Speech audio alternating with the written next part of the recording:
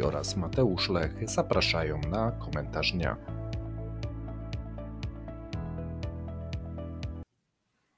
Dzień dobry, witamy ponownie z tej strony Mateusz Lech oraz Paweł Jeżowski. Witamy w popołudniowym komentarzu dnia i mamy dzisiaj dla Was, Pawle, perełkę.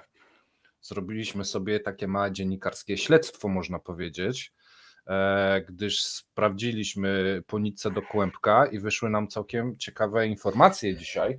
Tak, będziemy mówili o Chinach. Tak, będziemy mówili o Chinach, o dokładnie firmie Hikvision. Dobrze wymówiłem chyba. Hong Kong Vision, tak, bo oni chyba tak po prostu... Tak, ale Hikvision się nazywa firma. Słuchajcie, była firma w Rosji, która dostarcza kamery do monitoringu i dużo innego softu i hardware'u. I co ona? Była i znikła. No może poczekaj, powiedzmy co firma robi, bo u nas jest też dosyć znana, jeżeli chodzi o te kamery przemysłowe, różnego rodzaju rzeczy związane z bezpieczeństwem, bramki, rekordery, switche, tak, czyli wszędzie, gdzie próbujecie zbudować jakieś rozwiązania przemysłowe. Mamy tutaj tą chińsko-hongkońską firmę, która dostarcza urządzenia, ale od jakiegoś czasu też robi takie rzeczy jak kamery na podczerwień, drony, czy rozwiązania takie i zarówno na rynek cywilny, jak i na rynek wojskowy. I rządowy. Bardzo lubi rynek rządowy.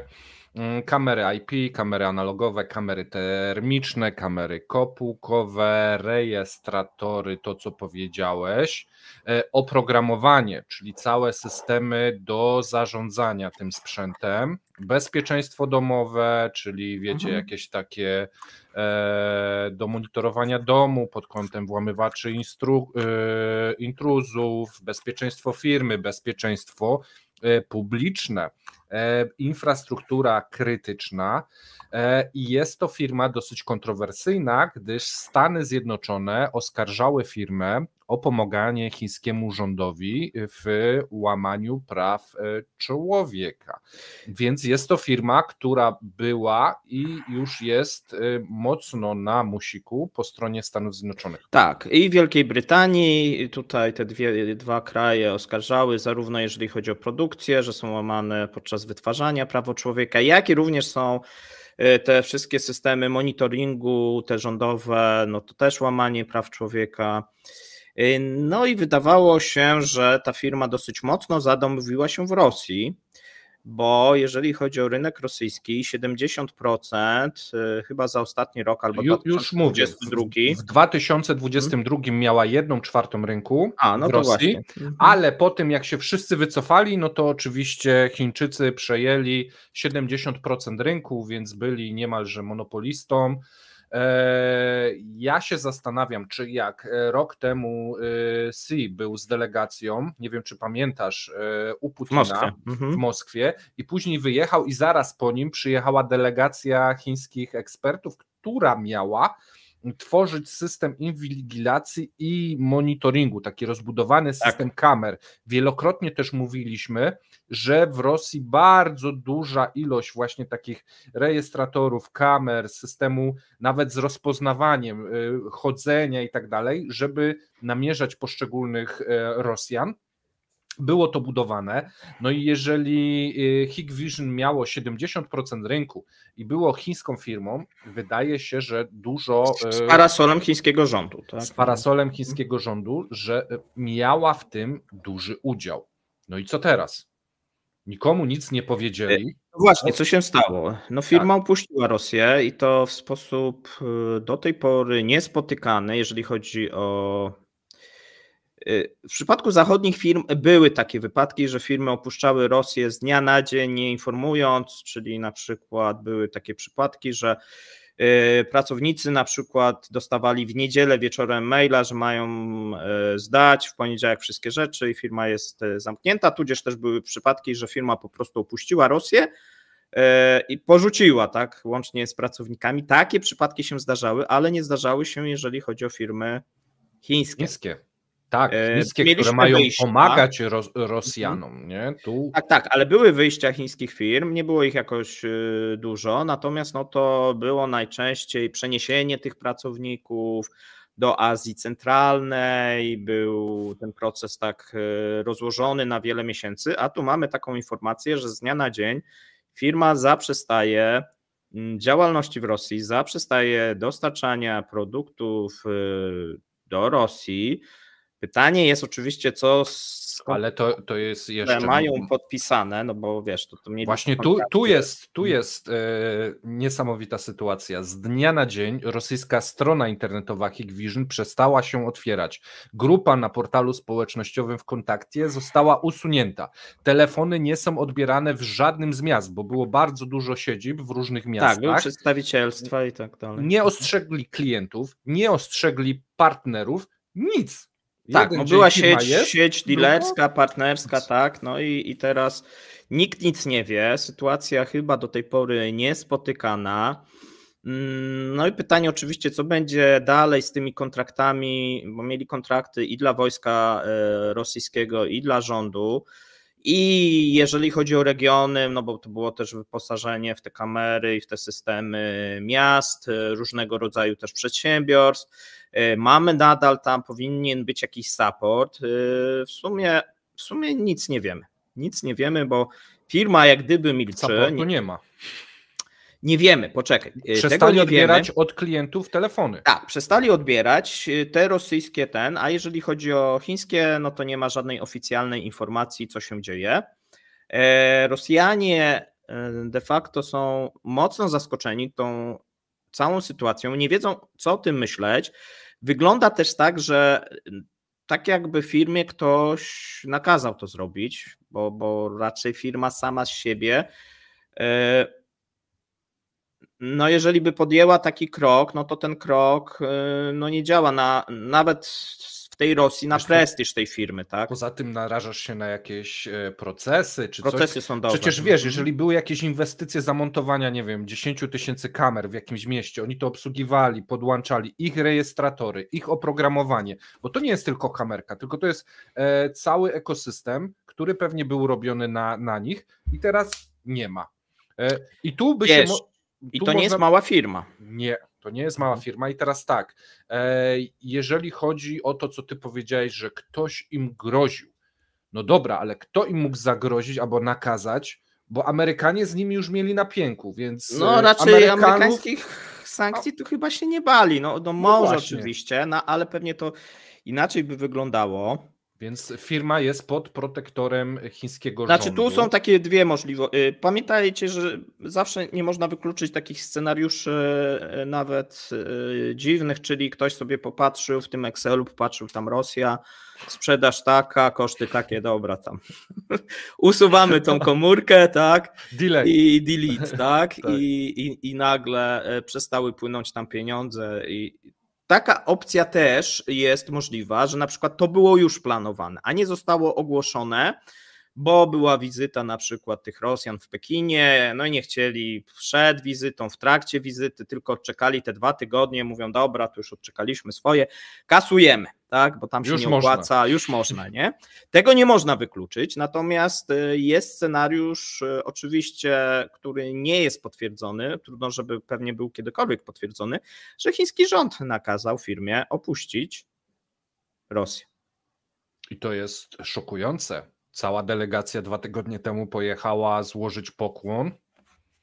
Rosyjska delegacja. Z tym pokłonem bym nie szalał, ale po prośbie przyjechali. Przyjechali.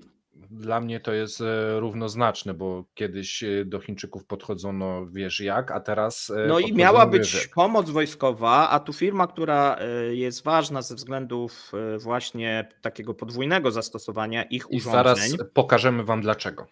I produkcji tych tanich dronów rozpoznawczych, ale nie tylko, też komponentów potencjalnie do tak naprawdę wszystkich dronów, które Rosjanie mogą używać. Możemy oczywiście się śmiać, że to takie badziewne, tak, natomiast no pamiętajcie, że oni są w stanie wyprodukować dosyć dużą ilość dronów na przykład rozpoznawczych, mają też te kamery ze stabilizacją, mają te jamery, no wiele elementów, no, które się przydaje, Tak. które jeżeli chodzi o koszty, dosyć tanie, tak, no bo to nie była firma, która znana była z jakiejś nie wiadomo jak wysokiej jakości, natomiast stosunek jakości do ceny dla Rosjan pewnie był zadowalający, dlatego było to 70% też rynku Ale rynku cywilnego. Mówimy o cywilnym. Nie wiemy ile jest pod płaszczykiem ile rynku. Wojskowych nie mamy akurat takich danych, bo tutaj Rosjanie używali różnych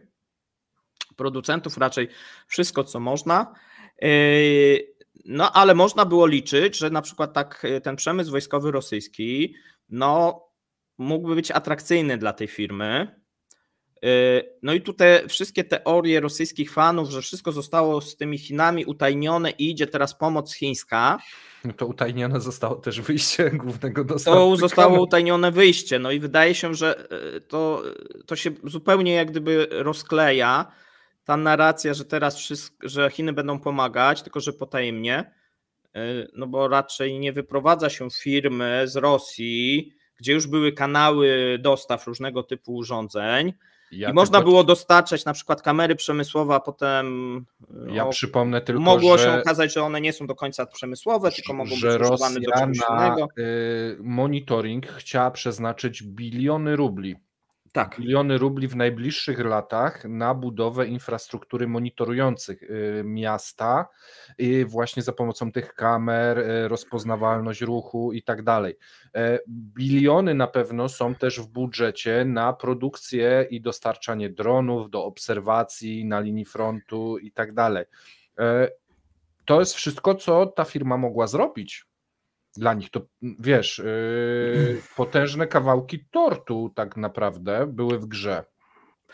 Tak, będziemy obserwować pozostałe chińskie firmy, natomiast to wyjście nie ułatwia, a utrudnia dostarczanie tych komponentów wojskowych, no bo mając jak gdyby firmę można wysłać coś, a pod płaszczykiem, że się wysyła coś, wysłać coś innego, a w momencie, kiedy nie ma kanałów dystrybucji, no to trzeba te kanały od nowa robić, a więc tutaj te wszystkie teorie spiskowe o tajnej pomocy chińskiej no nie trzymają się kupy. Znaczy ja wiem, że można zbudować, że specjalnie, żeby zmylić tutaj Zachód, no ale tak to możecie do wszystkiego dobudować teorię i że pomagamy, ale teraz wychodzimy, żeby ukryć, że pomagamy. Bo te pociągi pod ziemią będą teraz z tymi dronami jechały.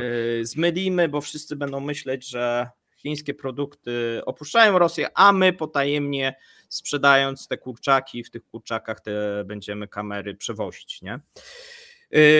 No raczej tak nie, raczej tak nigdy się nie dzieje, no bo to jest jak gdyby wrzucenie sobie dodatkowych kosztów, pytanie po co? I wydaje się, że faktycznie firma albo wyszła ze względów ekonomicznych, to wydaje się też dziwne, no bo mając tak 70% rynku, nie, ale wiesz, mając 70% rynku, to można zwiększyć tam ceny, marże, traci się wtedy ten rynek, ale zarabia się więcej, tak? No i sposób wyjścia, wiesz, tak się nie wychodzi. No tak się nie wychodzi z punktu, tak. Wiesz co, no i jeszcze nie wspomnieliśmy, że te urządzenia to nie tylko urządzenia takie, wiesz, całościowe, ale też produkują sterowniki lotu, tak, silniki do dronów, napędy do dronów, akumulatory do zasilania. Przecież te podzespoły, nawet jeżeli to nie są produkty końcowe, że Rosjanie ich by nie używali, ale do produkcji własnych mogli z tego korzystać, nie? Więc to jest też niezwykle ciekawe, no bo niekoniecznie gotowy dron, ale te wszystkie podzespoły, no to przy 70% rynku to no potentat, jeżeli chodzi o tego typu rozwiązanie. No i co, w Rosji szok. Myślisz, jak to się może przełożyć na najbliższe tygodnie, miesiące? Wiesz co, no było to spotkanie, znaczy to się jeszcze tak pechowo komponuje z tym spotkaniem, to co mówiłem wczoraj, jeżeli chodzi o Wieczór z Kremlinką i Dziki Wschód. Spotkanie też tajne. Słuchaj, tu mamy tajne i tu też, albo niespodziewane i tajne. czyli spotkanie z szefami tych przedsiębiorstw zbrojeniowych, tak, gdzie większość szefów pewnie jak jechała, to mówiłem się, żegnała nie z rodziną. Tak, tak, bo nie wiadomo, był Szojgu, był Putin, na początku miało ich nie być, było oczywiście Białorusow i była mowa, co ciekawe, na temat rezygnacji z chińskich komponentów albo zmniejszenia udziału chińskich, a zwiększenia rosyjskich. No i te badania, rozwój, rosyjskie komponenty, budowa dronów, innowacyjność i tak dalej. No i w sumie to spotkanie było. No i równolegle, tak wcześniej chyba, Chińczycy właśnie powiedzieli, bodajże to w piątek, tak, albo no tak, powiedzieli, że wychodzą. A więc dosyć dziwna, jak gdyby dosyć dziwna zbieżność, jeżeli chodzi o te informacje. No tak jakby, no i tu oczywiście jest takie podejrzenie, tak jakby w tym Pekinie nie tylko nie udało się nic uzyskać, a gorzej dostali informację, że będą te dostawy, tak? No bo... I słuchaj, i jednocześnie w tym samym momencie pojawia się informacja, Putin to może by chciał zawieszenie broni. Wiesz co, ona już wcześniej, no to wiesz, to już tak naprawdę pamiętasz od początku roku to się przewijało, natomiast teraz się o tym stało głośno, dlatego że przecieki poszły już oficjalne i poszły do Reutersa i co ciekawe, oficjalnie ogłosiła to Komsomolska Prawda, że Ukraina dostała propozycję rozejmu i jak się nie zgodzi, to oczywiście utraci wszystkie te i tereny i Zełański doprowadzi do a tu jest taka dobra wola i Rosjanie obiecują wycofanie i po raz pierwszy też padła propozycja w sumie, że nie będzie tej denazyfikacji. Tak? Że już naziści mogą zostać. Tak, identyści też mogą zostać, tak, na Ukrainie i też nie będzie okrojenia armii. A więc będzie rozejm, także my sobie tam zatrzymujemy ten korytarz, kawałek tego Donbasu, oczywiście Krym i podpisujemy rozejm. Tak? I tutaj też była taka mowa, że lepiej jest taki nawet wieloletni pokój niż rozejm, a więc nawet w tym kierunku szło. My wielokrotnie mówiliśmy, dlaczego ten rozejm byłby korzystny dla Rosjan, szczególnie teraz po tej erze Szojgu, kiedy jest nowy minister, byłby czas, żeby się przeorganizować, zacząć produkcję, bo pamiętajcie, że w przyszłym roku skończą się remonty, one już w tym roku będą się kończyć, no i trzeba zacząć coś produkować. A Rosjanie nie są gotowi, żeby produkować uzbrojenie. No i ktoś powie, no ale jak to przecież przed wojną produkowali, byli drugim eksporterem. No tak, ale korzystali właśnie z różnego rodzaju komponentów, często zachodnich w tych swoich produktach. Tak jak wielu, bo to nie jest tak, że tylko Rosjanie, no po prostu wcześniej rynek był bardziej globalny i można było sobie pewne rzeczy, powiedzmy od Francuzów, Niemców, Amerykanów i innych kupić. A teraz nie można, tak? Przynajmniej oficjalnie trzeba to sprowadzać jakąś drogą okrężną, bez zgody i wiedzy tych producentów, co w niektórych przypadkach jest po prostu niemożliwe, bo jeżeli jest oczywiście... Słuchaj, serwisu nie dostaniesz, a serwis w takich urządzeniach jest, kurczę, niezbędny. No ale wiesz, też nie dostaniesz, jeżeli one są takie dedykowane, tak, czyli mamy jakieś kamery, ale dedykowane, no to wtedy trzeba właśnie sięgać po jakieś rozwiązania w stylu Hackevision, jakieś chińskie tutaj, no i coś próbować składać, ale to jest wszystko od nowa, trzeba jak gdyby, no bo działałeś na francuskich jakichś tam celownikach, na jakichś stabilizatorach właśnie z krajów zachodnich. Teraz wszystko musisz przeprojektować, tak? Te wszystkie projekty tego uzbrojenia musisz przeprojektować na komponenty na przykład dostępne. No a jak się okazuje, może się okazać, coś, co było dostępne miesiąc temu. Było miesiąc temu. Chińczycy powiedzieli, ale my nie chcemy. Z jakichś powodów, tak? I oczywiście no tutaj są dywagacje właśnie z jakich, w co Chiny w tym momencie grają, bo z jednej strony ja obstawiałem, że będą dawać kroplówkę Rosji i jeszcze Łukasz Kopierski mówił, że nic nie dostaną, no i na razie wychodzi, że Łukasz prawdopodobnie miał rację, bo nie dość, że nic nie dostaną, to może zostać zabrane to, co było, tak? Czyli właśnie widzimy... Że to już była kroplówka. Rosjanie dostali 3 lata kroplówki prawie. I komuś się zaczyna tam cierpliwość kończyć, tak? Trochę wygląda tak, miał być sukces, dlaczego tego sukcesu nie ma, ile będziecie prowadzić tą operację, weźcie coś z tym, zróbcie, zakończcie, zróbcie jakiś rozejm, pokój, nieważne, nam się cierpliwość Mieliście okienko czasowe, nie? Dodatkowo Chińczycy praktycznie, słuchaj, to co mieli zagrabić, to dużą część rosyjskiej gospodarki zagrabili. Zrobili skok na przemysł samochodowy. To już jest, wydaje się, nie do odkręcenia. Jakieś AGD czy coś też. Nie, tak, przemysł, wiesz, bo pamiętajmy, że tam mamy te ceny chińskie dumpingowe, zresztą to widzimy w Europie. I nawet jeżeli ten przemysł chciałby wrócić zachodni, no to wróci i będzie oferował, powiedzmy, samochody 2-3 razy drożej niż Chińczycy. No będzie ciężko, Oczywiście w jakieś pojedyncze, wiesz, nie wiem, te klasy, ktoś chce premium, BMW, to będzie tak, BMW te najdroższe, koniec, tak, ale to będzie bardzo taki niszowy rynek. Paweł, ja mam do ciebie pytanie. Skoro wiemy o jednej firmie, która tak dramatycznie się ucięła, wiemy, bo ona jest bardzo ważna dla rosyjskiego rządu i bardzo duża była na tym rynku rosyjskim.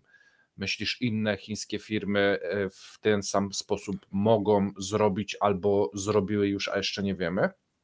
Takie, które są newralgiczne dla, nie wiem, właśnie infrastruktury krytycznej albo dla budowy uzbrojenia? Może tak być, bo tak jak mówię, nic nie widzimy, nie słyszymy o jakichś nowych kontraktach, nic się nie takiego pozytywnego, a jak się właśnie przedostają to jakieś negatywne informacje. Jeszcze jedna rzecz, my nie mamy, bo zawsze dane te importowe są opóźnione, natomiast patrząc jak się zachowuje yuan i giełda moskiewska, gdzie tam to przełożenie może być największe, to widzimy cały czas spadający moim zdaniem import albo utrzymujący się poniżej zeszłego roku, a więc w stosunkach Rosja-Chiny. Więc widzimy, że te problemy, bo tam oprócz tego, że może być jakiś impuls ze strony chińskiego rządu, no to mamy cały czas te problemy z płatnościami. Ja mówiłem, że to dziwnie wygląda i te problemy z płatnościami nie zostały rozwiązane również. A więc na początku stawialiśmy tylko na problemy z płatnościami, ale może tam być pod kołderką jeszcze coś. Może być jeszcze właśnie coś, bo ja o tym często dywagowałem, że jeżeli będziemy obserwować, że po tej wizycie te problemy nie ustaną, to ja bym jednak obstawiał, że jest coś. Oczywiście to jeszcze może być też tak, że my jesteśmy świadkami negocjacji po chińsku, czyli na przykład Chińczycy powiedzieli na twardo, Rosjanie powiedzieli nie, no to będzie teraz takie grillowanie. Tu jedna firma, tu druga. Tu warto wspomnieć, że Hikvision twierdzi, że rozwiązanie jest tymczasowe, ale niestety w ciągu ostatnich 2 lat bardzo często wielu dostawców te tymczasowe wyjścia, to są takie trwałe tymczasowe i tak powiedział przedstawiciel Marvel Distribution, tak się pięknie nazywa, rosyjska firma, największa praktycznie, jeżeli chodzi o import sprzętu takiego komputerowego i IT. Na co mają ci powiedzieć? No właśnie. Oficjalnie nic nie mówią, że jakieś tam rozwiązanie tymczasowe, nie mówią powodów. No nie wygląda to z punktu widzenia rosyjskiego dobrze. Zresztą no jak gdyby burzy już to zaufanie, no i jesteś tam jakąś fabryką czy kimś, no to już nie chcesz z tymi Chińczykami mieć nic wspólnego, bo mogą cię znowuż wystawić. No. Ale z drugiej strony nie masz wyjścia. To jest takie, wiesz, trochę tak. Pokazanie miejsca w szeregu, nie? No, nie masz wyjścia, no i musisz, mimo że oni mogą w każdej chwili się zawinąć. No ale to wiesz, też jest takie dla innych, tak, którzy gdzieś tam współpracują, ściągają te maszyny, ściągają różnego rodzaju podzespoły i co? Nie wiem, w którymś momencie, nie wiem, ktoś ściąga jakieś tokarki, frezarki i Chińczycy powiedzą, wycofujemy się, supportu nie będziecie mieli, martwcie się. Ale to w sumie by było, ale to by było świństwo, nie? Tamci się wycofali z zachodu, ci mówią Chińczycy, tak, kupcie nasze, my wam serwisujemy, damy support i tak dalej. Ty zaciągłeś kredyt, żeby kupić te karki, a oni mówią, nie, jednak nie. W leasingu wziąłeś, nie? Tak. No. Wow. No, oczywiście Rosjanie mogą przestawiać się na rosyjskie, tylko muszą mieć. Na jakie właśnie? A teraz... jak nie mają, no to na co się przestawią, tak? Tu oczywiście znowuż jest impuls, tak jak wielu mówi, że takie wyjść, no bo teraz możemy stwierdzić, że teraz to produkt krajowy brutto to w Rosji to jakby chińskie firmy się jeszcze wycofały w większości, tak jak zachodnie, no to powinien wtedy wystrzelić już w kosmos, no bo jak przy wyjście tych prozachodnich było tym impulsem prowzrostowych, no bo tą niszę zajęły rosyjskie firmy, no to jak chińskie się wycofają, no to w ogóle ta Rosja po prostu zakwitnie, tak? No to takie często u nas jest myślenie i w Rosji też próbuje się sprzedać taką bajkę, że to wyjście daje takie te czynniki prowzrostowe, no daje prowzrostowe na zasadzie, że poprawi się wskaźnik, no bo jak nie ma konkurencji, to ja sprzedam więcej swoich towarów, natomiast długoterminowo, no to jest cofanie się kraju, tak, no bo tu mamy technologię, kapitał i tak dalej. Jakby tak było, to wszystkie kraje, które takie jak Kuba, Korea Północna, to byłyby tygrysami świata i w ogóle ta globalizacja nie miałaby sensu, nie? Słuchaj, jak możemy teraz obserwować te relacje rosyjsko-chińskie i co nam będzie dawało nowe takie, wiesz, punkty orientacyjne, co się dzieje? Import, eksport? Import, eksport, patrzę. Tylko tak. I wyłącznie, czy jakiś masz...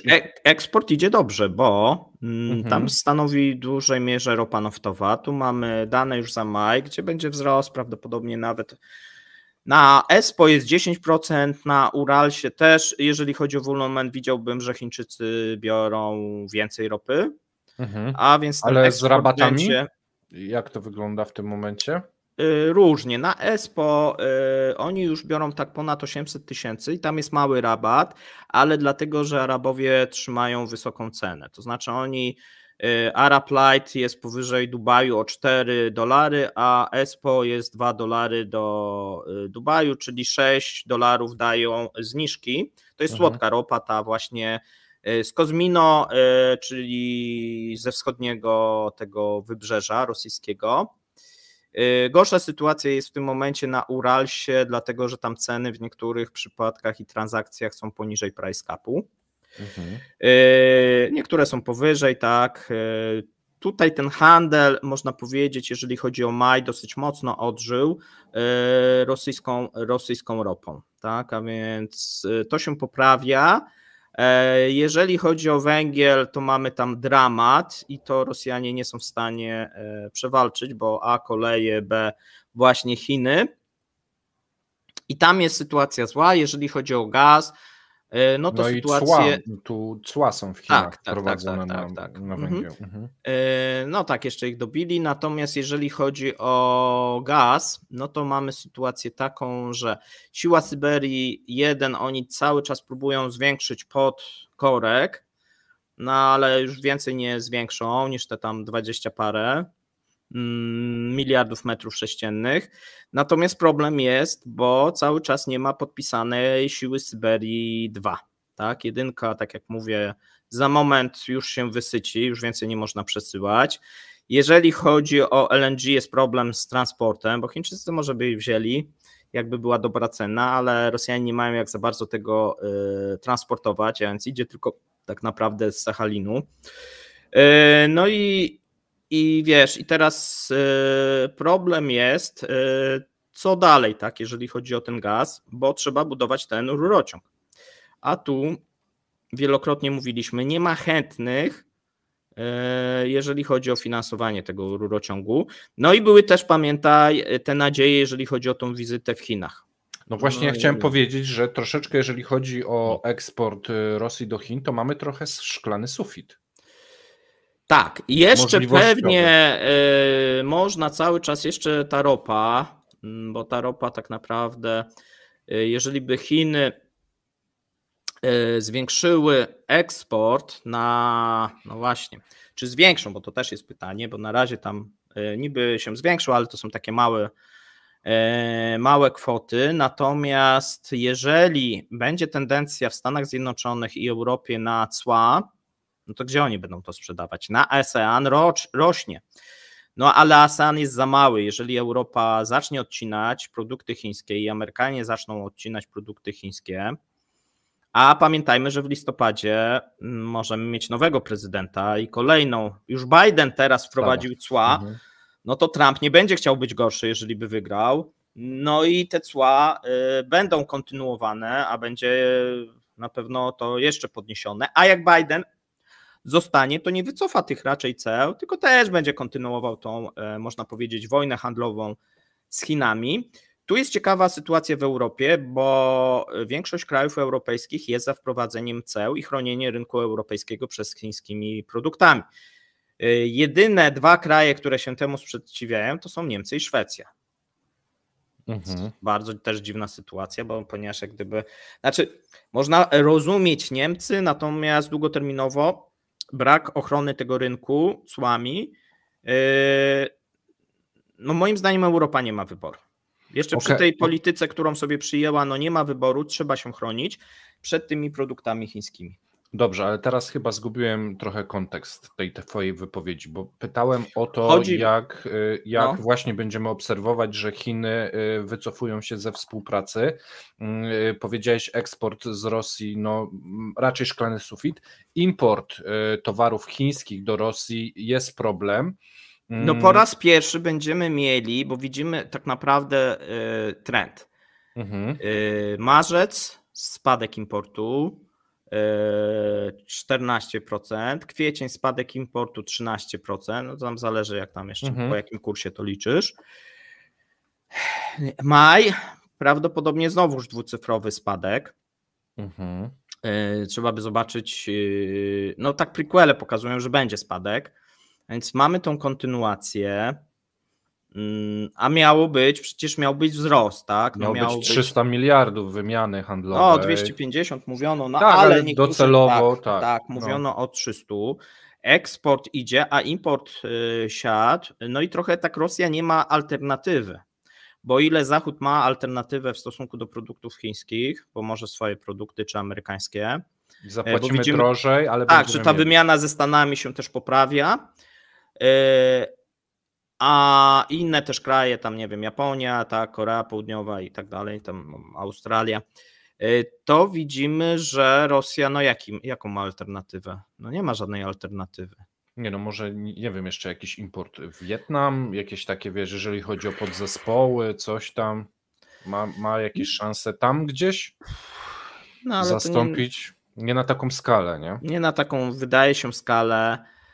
Wydaje się też, że no ten import, bo w sumie tak, Rosja powiedziała, import równoległy jest zły, powinniśmy rezygnować. Dlaczego? Dlatego, że tak wiesz, pole dla podróbek, dla kradzionych, o tym mówiliśmy, to sięga, to zbyt daleko już poszło, a więc trudno jest często kupić oryginalny produkt w tym imporcie równoległym, bo na przykład połowa tych produktów jest nieoryginalna. Słabej jakości. Ja chciałbym zobaczyć, jak to wygląda, wiesz, w jakichś salonach, to znaczy w warsztatach samochodowych i tak dalej, jak tam co drugi produkt to była jakaś podróbka słabej jakości. Mówimy teraz o komponentach, tak, do naprawy, bo one... Tak, w warsztatach mówię, tak. Więc to już był problem, to trzeba było uciąć, a teraz co, myślisz, że chcą, nie chcą, nie wiemy tego, tu teraz gdybamy, odciąć się od chińskich półproduktów, bo też są słabej jakości? Chińczycy wysyłają szajs? Może w tą stronę idzie to? Nie. Znaczy Rosjanie chcą stawiać na tą autarkię, tworzą jakieś takie miraże, moim zdaniem, na piasku, czy zamki na piasku, bo mówią, że będą liderem technologicznym, no i że wyprzedzą, czy tam dorównają tym Chinom. Ale żeby dorównać, to musieliby mieć właśnie ostrą współpracę, kopiować te rozwiązania chińskie, wiesz, no tak jak Chińczycy doszli do takiego momentu, że byli fabryką świata. No. A może Rosjanie zaczęli kopiować chińskie produkty i Xi się wkurzył? Nie, Że nie na, sądzę. że na bezczela zaczęli jakieś Znaczy mogli, tak, kucharki, mogli coś. oczywiście kopiować, tak, natomiast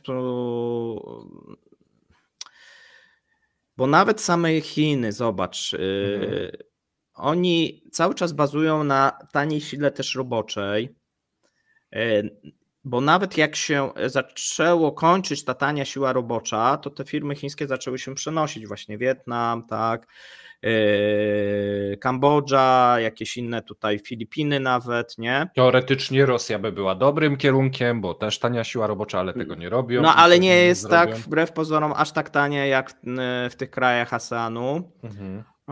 Tam mamy cały czas jednak kraje, które Mniej zarabiają ludzie. tak, mniej zarabiają.